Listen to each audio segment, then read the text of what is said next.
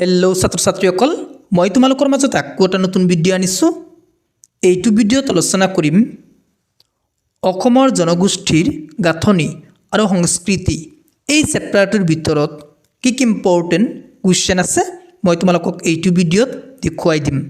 মই তোমালোকক এইটো ভিডিঅ'ত যিকেইটা কুৱেশ্যন দেখুৱাই দিম সেইকেইটা কুৱেশ্যনৰ ভিতৰত তোমালোকে মেট্ৰিকত 100% কমন পাবা। এতিয়া আমি চাই লওঁ অসমৰ জনগোষ্ঠীৰ গাঁথনি আৰু সংস্কৃতি এই চেপ্টাৰটোৰ ভিতৰত কি ইম্পৰ্টেণ্ট কুৱেশ্যন আছে। প্ৰথমতে তোমালোক 48 নং পৃষ্ঠা উলিয়াই লোৱা। 48 নং পৃষ্ঠাত এটা মোষ্ট ইম্পৰ্টেণ্ট কুৱেশ্যন আছে। কুৱেশ্যনটো হ'ল অসমলৈ ৰেলগাড়ী কাৰ দিনত আহিছিল। এইটো কুৱেশ্যন মোষ্ট ইম্পৰ্টেণ্ট। কুৱেশ্যনটো কি ক'লোঁ, অসমলৈ ৰেলগাড়ী কাৰ দিনত আহিছিল। এইটো কুৱেশ্যন মোষ্ট ইম্পৰ্টেণ্ট এইবাৰৰ কাৰণে। তোমালোক উত্তৰত লিখিবা অসমলৈ ৰেলগাড়ী ব্ৰিটিছৰ দিনত আহিছিল। বুজি পালা? বহুত ইম্পৰ্টেণ্ট আছে এইটো কুৱেশ্যন। নেক্সট ইম্পৰ্টেণ্ট কুৱেশ্যনটো হ'ল লেখকৰ পৰিচয় আব্দুছ ছাত্তাৰ। ইয়াৰ পৰা কুৱেশ্যনটো আহে, মই লিখিয়ে থৈ দিছোঁ কুৱেশ্যনটো। আব্দুছ ছাত্তাৰ অসম সাহিত্য সভাৰ কি পদত অধিষ্ঠিত হৈছিল। এইটো কুৱেশ্যন মোষ্ট ইম্পৰ্টেণ্ট এইবাৰৰ কাৰণে। তোমালোক উত্তৰত লিখিবা আব্দুছ ছাত্তাৰ অসম সাহিত্য সভাৰ প্ৰধান সম্পাদক হিচাপে অধিষ্ঠিত হৈছিল। উত্তৰটো কি ক'লোঁ আকৌ এবাৰ কৈ দিছোঁ, আব্দুছ ছাত্তাৰ অসম সাহিত্য সভাৰ প্ৰধান সম্পাদক হিচাপে অধিষ্ঠিত হৈছিল। বুজি পালা? তোমালোকৰ যদি কিবা কনফিউজ থাকে তেনেহ'লে মোক কমেণ্ট কৰি জনাবা। নেক্সট তোমালোক চাবা ডাকৰ ওপৰত তোমালোক চমু টোকা লেখা শিকিবা। বহুত ইম্পৰ্টেণ্ট আছে এইবাৰৰ কাৰণে। নেক্সট তোমালোক চাবা বৌদ্ধ ধৰ্ম। বৌদ্ধ ধৰ্মৰ ওপৰত কুৱেশ্যন আহে। মই তোমালোকক কুৱেশ্যনটো কৈ দিওঁ কোনটো আহিব। বৌদ্ধ ধৰ্মৰ মূল মন্ত্ৰ কি? এইটো কুৱেশ্যন মোষ্ট ইম্পৰ্টেণ্ট এইবাৰৰ কাৰণে। তোমালোক উত্তৰত লিখিবা বৌদ্ধ ধৰ্মৰ মূল মন্ত্ৰ হ'ল অহিংসাই পৰম ধৰ্ম। বুজি পালা?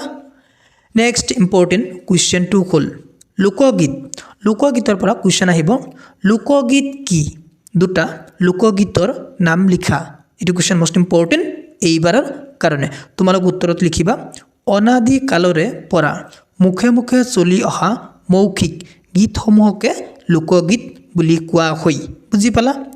তাৰপিছত লিখিবা দুটা লোকগীতৰ নাম হ'ল নিচুকনি গীত, নাও খেলুৱা গীত। যিকোনো দুটা লিখা, তোমালোকৰ যি দুটা ভাল লাগে সেই দুটা লিখি দিবা। বুজি পালা? মুঠতে লোকগীতৰ পৰা কুৱেশ্যন আহিব।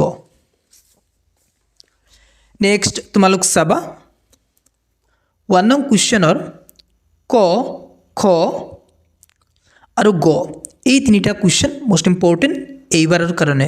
এই তিনিটা কুৱেশ্যনৰ পৰা তোমালোক মেট্ৰিকত 100% চিয়'ৰ এটা কুৱেশ্যন কমন পাবা।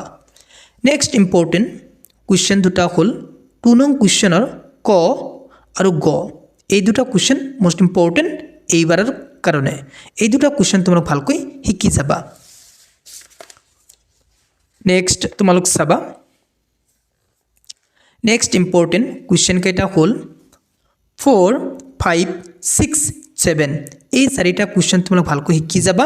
এই চাৰিটা কুৱেশ্যনৰ পৰা তোমালোক এটা কুৱেশ্যন 100% চিয়'ৰ কমন পাবাই পাবা।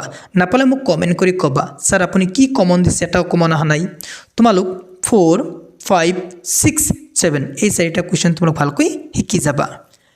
নেক্সট তোমালোক চাবা 1 নং কুৱেশ্যন সন্ধি ভাঙা। সন্ধি ভাঙা কি ইম্পৰ্টেণ্ট আছে মই এক্সট্ৰাকৈ ভিডিঅ' বনাই মই মোৰ ইউটিউব চেনেলত আপলোড কৰি দিম। তথাপিও তোমালোক এই তিনিটা চাই ল'বা।